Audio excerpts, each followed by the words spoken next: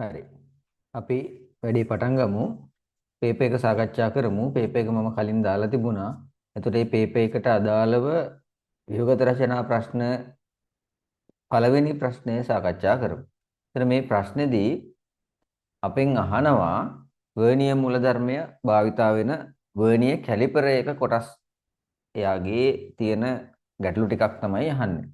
එතකොට මේකෙදී ප්‍රධාන පරිමාණයේ කුඩා කොටස් n ඍණ 1 සංඛ්‍යාවක් තියෙනවලු. ඒ වගේම වර්නියර් කොටස් n ප්‍රමාණයක් තියෙනවලු. ඒ වගේම විශේෂම දේ තමයි ප්‍රධාන පරිමාණයේ කොටසක දිග x කියන බව. ඔක අමතක වුණොත් වැඩේ වර්ධිනවා. මොකද අපි ලැබ් එකේදී අපේ පරීක්ෂණාගාරයේදී අපි කරනකොට මතක ඇති කොටස් 9ක් තමයි කොටස් 10කට බෙදලා තිබුණේ. එතනදී වර්නියර් කොටසක දිග කිව්වම අපි 9 බෙදීම 10 තමයි ගත්තේ. මේකේ ඇතුලේ තියෙනවා එකෙන් ಗುಣ වුණු බවක්. මේ එකයි කියන එකේ තේරුම තමයි ප්‍රධාන පරිමාණයේ කොටසක දිග මිලිමීටර් 1ක් බව. එහෙම ඒ දෙන්නගේ ගුණිතය තමයි 10න් බෙදෙන්නේ. කොටස් 10කට බෙදෙන්නේ. ඉතින් ඒකත් ඔළුවේ තියාගෙන මෙතෙන්ට අපි උත්තරයක් ලියමු. ඉහත තොරතුරු ඇසුරෙන් වර්නියර් කොටසක දිග. වර්නියර් කොටසක දිග කිව්වම වර්නියර් කොටසක් අපි ලියමු වර්නියර් කොටසක දිග. ඒතර වර්නියර් කොටසක දිග කියලා එන්නේ x ගුණ කිරීම n ඍණ 1 බෙදීම n කියලා. මොකද n ඍණ 1 ප්‍රමාණයක් කුඩා කොටස් තියෙනවා ප්‍රධාන පරිමාණයේ. එයාව ගුණ වෙන්න ඕන x ගෙන්. එයා බෙදෙන්න ඕන n ගෙන්. n තමයි වර්නියර් කොටස් ගණන. ඒතර මේක තමයි වර්නියර් කොටසක දිග කියන එකට පිළිතුර. ඊළඟට රෝම ඉලක්කම් 2 වර්නියර් කොටසක දිගට වඩා ප්‍රධාන පරිමාණ කොටසක දිග කොපමණ ප්‍රමාණයකින් වැඩි වේද? ඔය අහන්නේ කුඩාම මිනුම ගැන. මොකද කුඩාම මිනුම සමාන වෙනවා ප්‍රධාන පරිමාණ කොටසක දිග අඩු කිරීම වර්නියර් කොටසක දිග කියන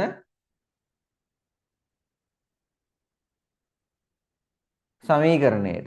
එහෙම නැත්නම් කුඩාම මිනුම හොයන්නේ ප්‍රධාන පරිමාණ කොටසක දිග අඩු කිරීම වර්නියර් කොටසක දිග කියන එක්ස්ප්‍රෙෂන් එකකින්. ඒතර දැන් මේකේ ප්‍රධාන පරිමාණ කොටසක දිග කියලා අපිට ගන්න වෙනවා x කියන අගය. ඒතර අපිට කියන්න පුළුවන් මෙතන x කියන කෙනා අඩු කිරීම x වතාවක් n ඍණ 1යි කියලා. ඔන්න කුඩාම මිනුම. ඒතර ඔය කුඩාම මිනුම ගැන තමයි මේ අහන්නේ. ප්‍රධාන පරිමාණ කොටසක වර්නියර් කොටසක දිගට වඩා ප්‍රධාන පරිමාණ කොටසක දිග කොච්චරද? ඒ කියන්නේ වෙනසක් නැහන්නේ. මේකට වඩා මෙයා කොච්චරද?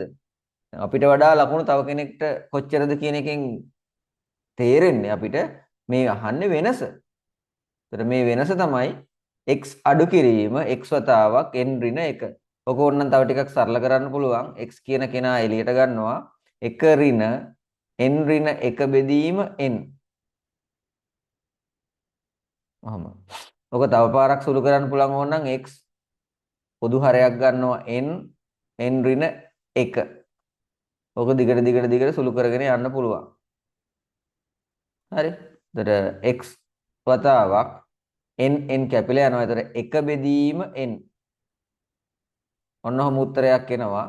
x බෙදීම n කියන උත්තරය තමයි අවසාන උත්තරය. ඒතර අවසාන පිළිතුර අපිට දාන්න පුළුවන් මෙන්න මේ රෝම ඉලක්කම් දෙකට අදාළව පිළිතුර x බෙදීම n. හරි නේද? right. ඊළඟට අහනවා ඔබ ඉහත ලබාගත් අගේ හැඳින්වීමට භාවිතා කරන නම. ඉතින් භාවිතා කරන්නේ මොකද්ද? කුඩාම මිනුම කියලා. කුඩාම මිනුම. ඔක තමයි අපි භාවිතා කරන නම. ඊළඟට ඉස්සරහට යනවා අපි B කොටස පහත රූපයේ දැක්වෙන්නේ ප්‍රධාන පරිමාණයේ මිලිමීටර 1 කොටස් වලින් ක්‍රමාංකිත මිලිමීටර 1 කොටස් 9ක් කොටස් 10කට බෙදූ වර්නියර් කැලිපරයකි. මේ වර්නියර් කැලිපරය තමයි අපි විද්‍යාගාරේ නැත්නම් ප්‍රැක්ටිකල් කරන්න පාවිච්චි කරේ. මිලිමීටර 1 කොටස් තියෙන ඒවා. එකෙන් අහනවා කැපිටල් A. කැපිටල් A කියන්නේ බාහිර හණු. external jaws. B. B කියන්නේ ගැඹුර මනින කූර. ගැඹුර මනින කූර. C. C කියන්නේ මෙන්න මෙතන මේක ලොක් එකක් මේක ඇත්තටම. මේක අගුලක්. මේක තද කරන්න පුළුවන්. අපිට අදාළ මෙෂර්මන්ට් එක මිනුම අරගෙන මේක තද කරන්න පුළුවන්. එහෙම නැත්නම් මේක ගබඩා කරනකොට අපි පරීක්ෂණය කරලා ඉවර වුණාන් පස්සේ ඔන්න ඔය ඇනේ තද කරලා තියන්න පුළුවන්. බාහිර අණු එකට ස්පර්ශ වෙන අවස්ථාව වෙනකන් ස්ලයිඩින් ජෝ එක මේ පැත්තට තල්ලු කරලා තද කරන්න පුළුවන්. ඒතර මේකට කියන්නේ අගුල. එහෙම නැත්නම් කියන්න පුළුවන් මේක මුරිච්චියක්. ඒ කියන්නේ මේක තද කරන්න පුළුවන් ඇණයක්. මේක තද කරන්න පුළුවන්. ඉතින් අගුල කියලා කිව්වත් කමක් නැහැ. මුරිච්චියක් කියලා කිව්වත් කමක් නැහැ. කොහොම හරි ඒ අදහස තියෙන්න උත්තරය ලියවෙන්න ඕන. D. D කියන්නේ අභ්‍යන්තර හණු. අභ්‍යන්තර හණු. ඔනෝව තමයි කොටස් ටික. ඒතර ඕකේ මෙන්න මේ හණුව. ඒ කියන්නේ මේ මම මේක මාක් කරන්නම් මෙන්න මේ විදිහට. මෙන්න මෙයා සම්බන්ධ වෙලා තියෙන්නේ මුළු බාහුවටම. මේක අචල හණුව. මෙයාට කියනවා සචල හණුව. සචල හණුව. සචල හණුව ගෙනියන්න පුළුවන් බාහිර මේ අපේ තියෙන ඔය වර්නියර් කැලිපරේ බාහුව හරහා එහාට මෙහාට ගෙනියන්න පුළුවන්. ඒකට සචල හණුව කියන්නේ. රෝ තමයි එකේ කොටස් ටික. පින් කියන්නේ ගැඹුරමයින කූරක් ගැඹුරක් මැන ගන්න උනොත් පින් නැත්තම් B කියන කොටස ඒ ගැඹුර තුලට යවන එක තමයි අපි කරන්නේ. තල්ලු කරන එක තමයි කරන්නේ. හරි. ඔන්න ඔය ටික තමයි කොටස් ටික. ඊද රූපයේ දැක්වෙන වර්නියර් කැලිපරේ කුඩාම මිනුම ගණනය කරන්න. දැන් අපි දන්නවා කුඩාම මිනුම සමානයි 1 අඩු කිරීම 1 ගුණ කිරීම 9 බෙදීම 10. ඒ කියන්නේ 1 අඩු කිරීම 9 බෙදීම 10යි. ඒ කියන්නේ 10න් 1යි. 10න් 1 කියන්නේ 0.1 මිලිමීටර්. 0.1 මිලිමීටර්. හරි. කුඩාම මිනුම ගණනය කරගත් පසු මිනුම් ලබා ගැනීමට පෙර ඔබ විසින් සිදු කරන මූලික සීරු මාරුව කුමක්ද? කුඩාම මිනුම ගන්නවා. කුඩාම මිනුම ගත්තන් පස්සේ මිනුම් ගන්න කලින් අපි මුලින්ම කරන්න ඕන බාහිර හණු එකිනෙක ස්පර්ශ වෙන තුරු සචල හණුව ඉදිරියට තල්ලු කරනවා. ඉදිරියට තල්ලු කරලා අපි බලනවා මූලාංක දෝෂයක් තියනවද නැද්ද කියලා. එතකොට මුලින්ම කරන්නේ මොකද්ද?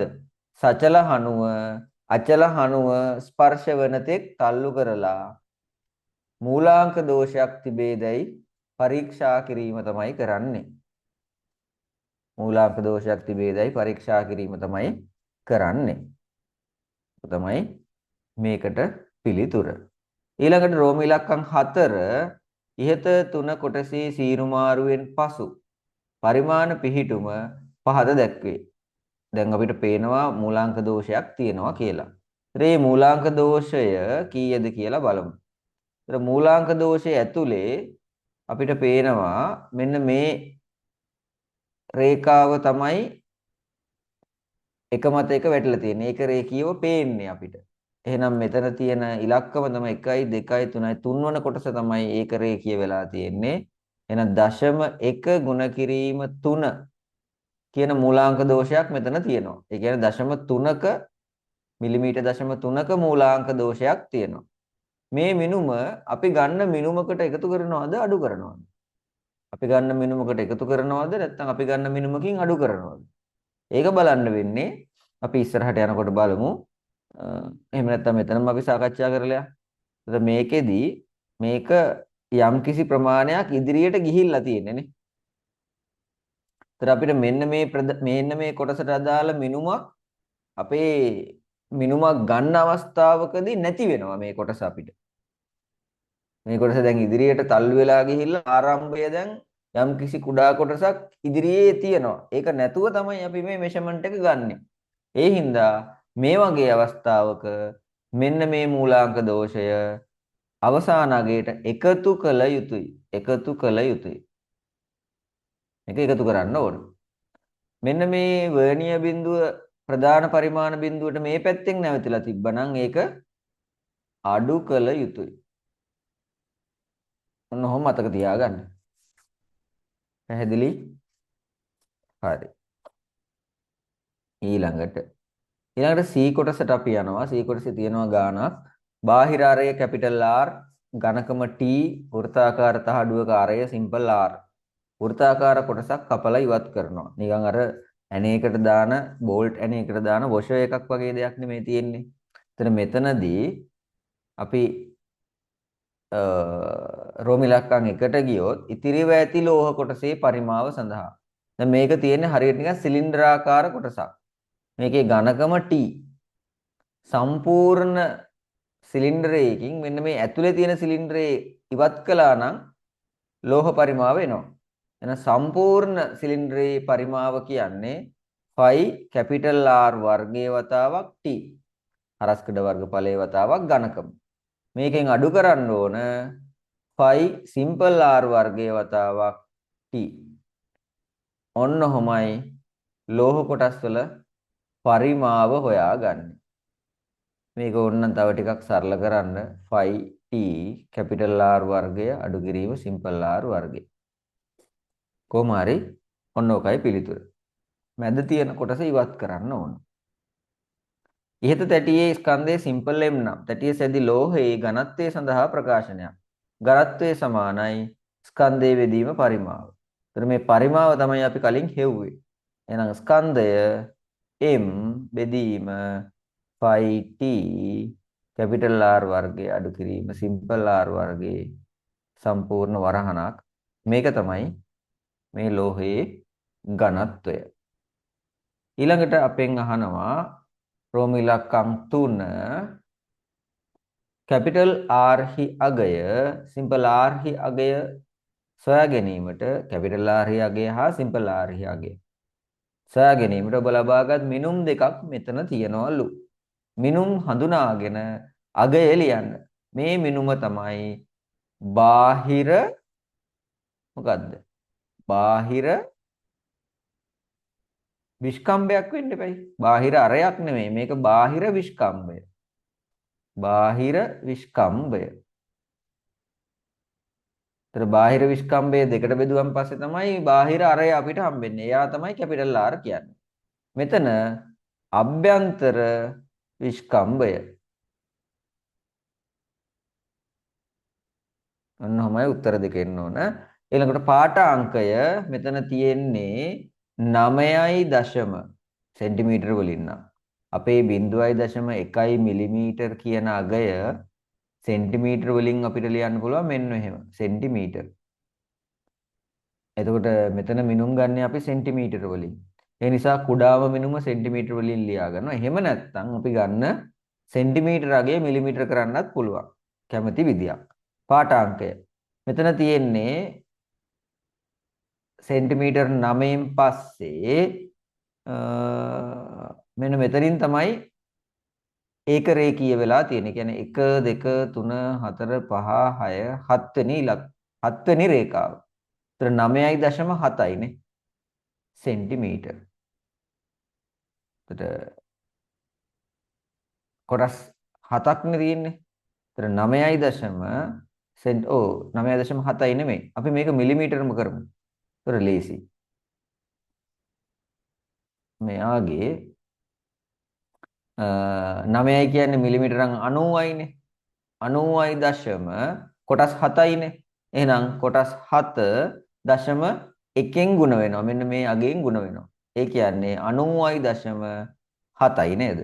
එහෙම නැත්නම් 9.0.7යි සෙන්ටිමීටර්. මේක මිලිමීටර.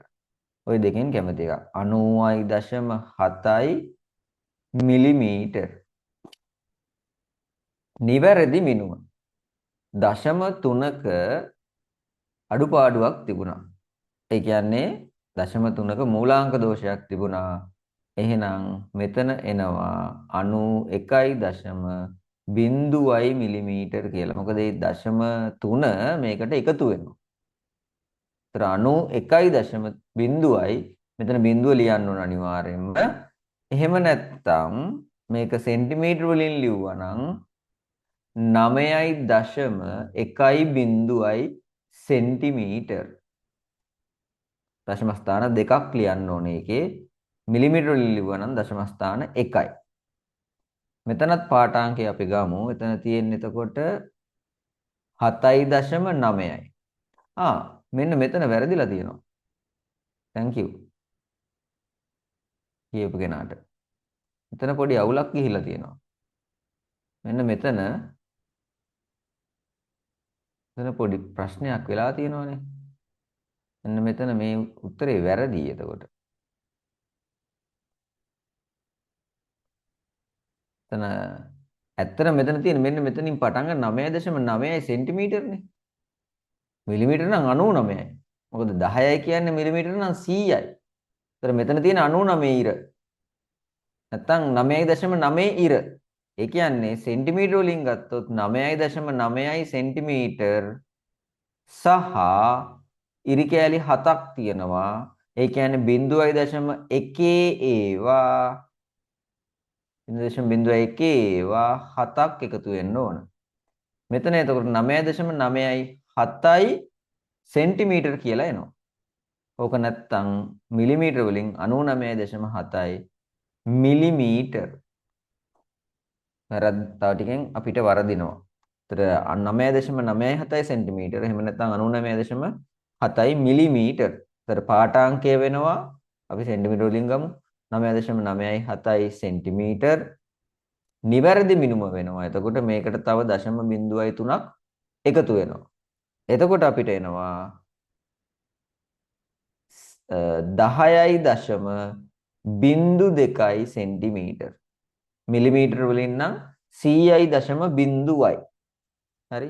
ඒකත් මම ලියන්නම්. මෙතන එනවා එතකොට 99.7ක් මිලිමීටර්. තොරෙනවා 10යි 100.0යි මිලිමීටර්. මොකද වෙන්නේ මේ අර මූලාංක දෝෂය මෙතෙන්ට එකතු වෙනවා. අපි යනවා ඊළඟ මිනුම. අභ්‍යන්තර විස්කම්භය. එහෙම නැත්නම් සිම්පල් R නේද? මෙයා කැපිටල් R. ඇත්තට මේ කැපිටල් R නෙවෙයි 2යි R. මෙතන සිම්පල් R නෙවෙයි 2යි R. මොකද විස්කම්භයක් තමයි මනින්නේ. මෙතන එනවා එතකොට 7.9 නේද මෙතන තියෙන්නේ. මෙන්න මෙතනින් තියෙන්නේ 7.9න් ඉවර වෙන්නේ. සෙන්ටිමීටර 7.9න්. එහෙම නැත්නම් මිලිමීටර නම් 79න්. 7.9ට 1යි 2යි 3යි 4යි 5යි 6යි මෙන්න මේ ඉර තමයි ඒක රේඛිය වෙන්නේ. ඒ කියන්නේ 9යි 7.9යි ඒකට එකතු වෙනවා 0.01 ඒවා 7ක්. හරිනේ. එතකොට එනවා 7.97යි සෙන්ටිමීටර්. ඒ කියන්නේ මෙතෙන්ට එන්නේ 7.97යි සෙන්ටිමීටර්. මූලාංක දෝෂය මේකට එකතු වුණාම 8.0යි සෙන්ටිමීටර්. ඔක මිලිමීටර වලින් කිව්වොත් මෙතන එනවා 79.7යි මිලි. එහෙම නැත්නම් 80.0යි මිලි. හරි නේද? හරි. ඊළඟට අපිට වැලියුස් ටික නැත්නම් අපේ පාඨාංක ටික වර්ධිනවා කලින් විදියට හැදුවා නම්.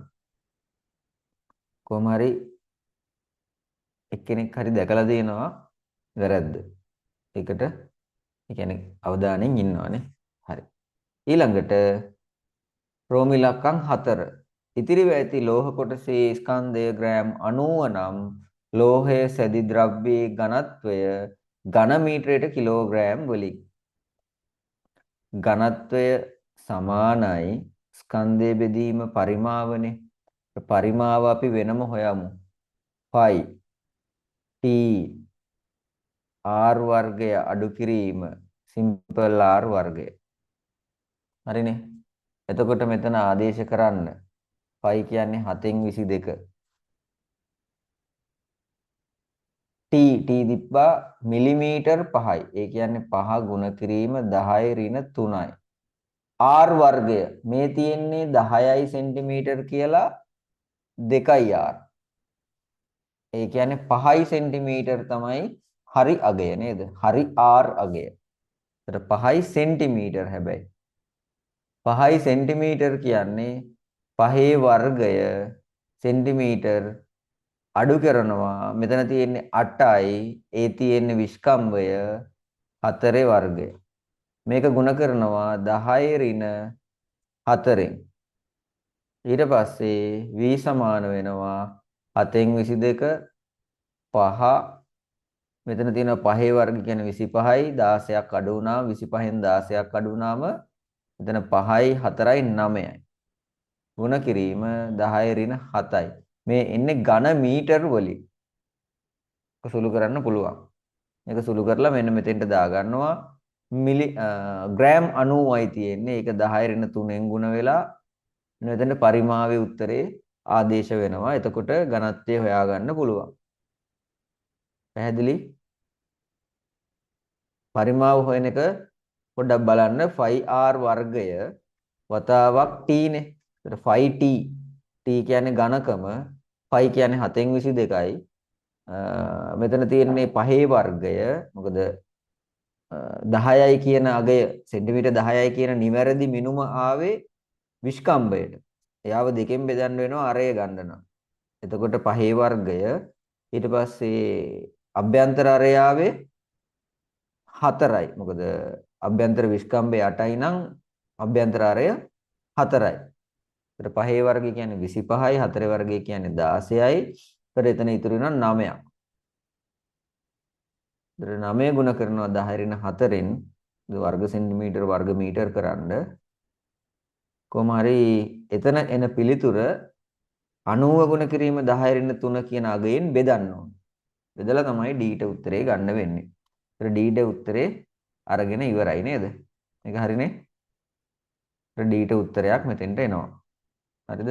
උත්තරේ බලන්න ප්‍රශ්නයක් නැතුව උත්තරේ එනවා, ගැටලුවක් නැහැ. එතන ගුණ කරලා ගන්න. හරිනේ? ඊළඟ කොටස. ලෝහ තැටියේ සැදි ද්‍රව්‍යයේ නිවැරදි ඝනත්වය ඉහත ගණනයෙන් ලැබුණු අගයට වඩා වැඩි නම් ඊට හේතු දෙකක්. මොකද නිවැරදි ඝනත්වයේ අපිට ආපුව ඝනත්වයට වඩා වැඩිලු. ඒකට හේතු අහනවා. තැටි ස්කන්ධයේ නිවැරදිව මැන ඇති අතර අනෙක් මිනුම්ද නිවැරදිව මෙනුම් කර ඇත. වෙන්න පුළුවන් දේ තමයි මෙතනදී වෙන්න පුළුවන් දේ තමයි එකක් තමයි පළවෙනි එක තමයි අපි මිලිමීටර් 5යි කියලා ගන්නවා මිනුමක්. ওই මිලිමීටර් 5 ගන්න අපි වර්නියර් කැලිපරේ. එතකොට එයාගේ කුඩාම මිනුම වෙනවා 0.1 මිලි. එයාව 5න් බෙදනවා. ඔක 100%න් නිකමට අපි ගුණ කරලා බැලුවොත් මෙතන එන්නේ 0.1 කියන්නේ 1 බෙදීම 50යි. එතකොට 1 බෙදීම 50 100න් ගුණ වුණාම 1 බෙදීම 50 100න් ගුණ වුණාම 50යි 2යි. 102ක ප්‍රතිශත දෝෂයක් එනවා අපේ මිනුමේ. එතකොට මේ මිනුම දෝෂ සහිතයි. ඒතර දෝෂ සහිත මිනුමකින් තමයි අපි ඝනත්වය ගණනය කරන්නේ. එතකොට දෝෂ සහිත මිනුමකින් ගන්න කැල්කියුලේෂන් එකක් අවසානයේ ලැබෙන්නේ දෝෂ සහිත අගයක්. ඒක එක හේතුවක් වෙන්න පුළුවන්. ඒ වගේම තව වෙන්න පුළුවන් මේක තැටියක්. මේ තැටියේ තැන් කීපයක් ගත්තොත් ඒ තැන් කීපයේ ඝනත්වය මේ ඝනකම අගයන් වෙනස් වෙන්න පුළුවන්. මොකද මේක ඒකාකාරව හදන ටිකක් අමාරුයි. අන්න ඒක හේතුවක් වෙන්න පුළුවන්. මොකද අපි ගන්නෙ මිනුම් කීපයක් අරගෙන ඇවරේජ් වැලියු එකක්. සාමාන්‍ය අගයක් ගන්නෙ. හැබැයි සාමාන්‍ය අගයයි ඇත්ත අගයයි වෙනස් වෙන්න පුළුවන්. ඒතර ඒ වෙනස මෙන්න මේ වෙනසට හේතු වෙන්න පුළුවන්. මෙන්න මේකට දෝෂයක් විදිහට සම්බන්ධ වෙන්න පුළුවන්. ඒතර ඒකත් අපිට පැහැදිලි කරලා ලියන්න පුළුවන්. මොකද අපි ගන්නෙ ඝනකම සඳහා සාමාන්‍ය අගයක් තමයි අපි ගන්නෙ. ඒතර ওই සාමාන්‍ය අගය වරදින්න පුළුවන්. ඇත්ත අගයත් එක්ක. ඔන්න ඔය දෙක තමයි හේතු දෙකක් විදිහට අපිට පෙන්වන්න පුළුවන්. පැහැදිලි? ඒකට ඝනකම මැනීම සාමාන්‍යයක් ගන්න අපි මිනුම් කීපයක් අරගෙන ඒක මිනුම් ටික ඔක්කොම එකතු කරලා ගත්තු මිනුම් ගාණෙන් බෙදනවා. ඒක තමයි සාමාන්‍ය අගය. හැබැයි ඇත්ත අගය ඊට වඩා චුට්ටක් වෙනස් වෙන්න පුළුවන්. ඒතර ඇත්තම ඝනත්වය අපි කැල්කියුලේට් කරපු ඝනත්වයත් එක්ක වෙනස් වෙන්න පුළුවන්. ඒකට හේතු විය හැකි දේවල් තමයි අපි මේ ලිව්වේ. ප්‍රෙෂර් දෝෂ කතාවයි ඝනකමේ සාමාන්‍ය ගත්තාම ඇත්තාගයත් එක්ක තියෙන අපගමනයයි. ওই දෙක හේතු වෙන්න පුළුවන්. ඕක නිවැරදිවම ඝනත්වයක් මැනගන්න පුළුවන් අපිට උඩුකුරු තෙරපුම භාවිතා කරලා. මතක ඇති ආකිමිඩිස් මූලධර්ම. ඒක භාවිතා කරලා මේකේ ඝනත්වය හරියටම මනින්න පුළුවන්. ඒක පස්සේ දවසක අපි සාකච්ඡා කරමු ඉදිරියේදී හම්බෙන ගානකදී අපිට ඉදිරියේදී හම්බුනොත් ගානක් අපි ඒකෙදි සාකච්ඡා කරමු සහ උඩුකුරු තිරුමුක සම්බන්ධ ඕන තරම් අපිට ගණන් හම්බෙයි ඒ ගානකදී අපි සාකච්ඡා කරමු ඊළඟට අහනවා ඉහත ඔබ සඳහන් කළ එක් හේතුවක් නිසා ඇතිවන දෝෂය අවම කර ගැනීමට අපිට පුළුවන් මෙන්න මේ දෝෂය අවම කරගන්න හැටි ලියන්න ප්‍රතිශත දෝෂය අඩු කරගන්න නම් දැන් මේ තියෙන මේ කුඩා සිදුරක් තියෙන මේක අපි කියවනේ අර ඇණයකට දාන වොෂර් එකක් වගේ කියලා.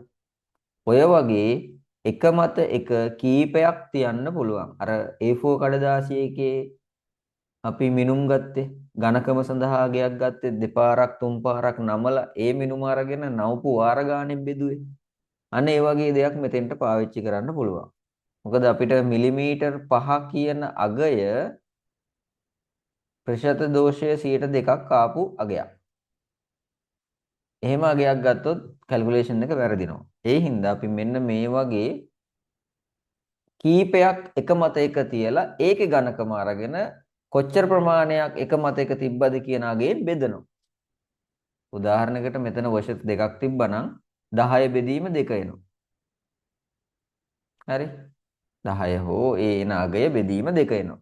ඒතර අපි බලමු ප්‍රතිශත දෝෂය 101 කියන අගය වෙන්න නම් අපි කොච්චර මේ කියන කඩදාසි නැත්තම් මේ කියන ලෝහ තහඩුවෙන් කපපු මේ කුඩා කොටස් එක මත එක කීයක් තියන්න ඕනද කියලා.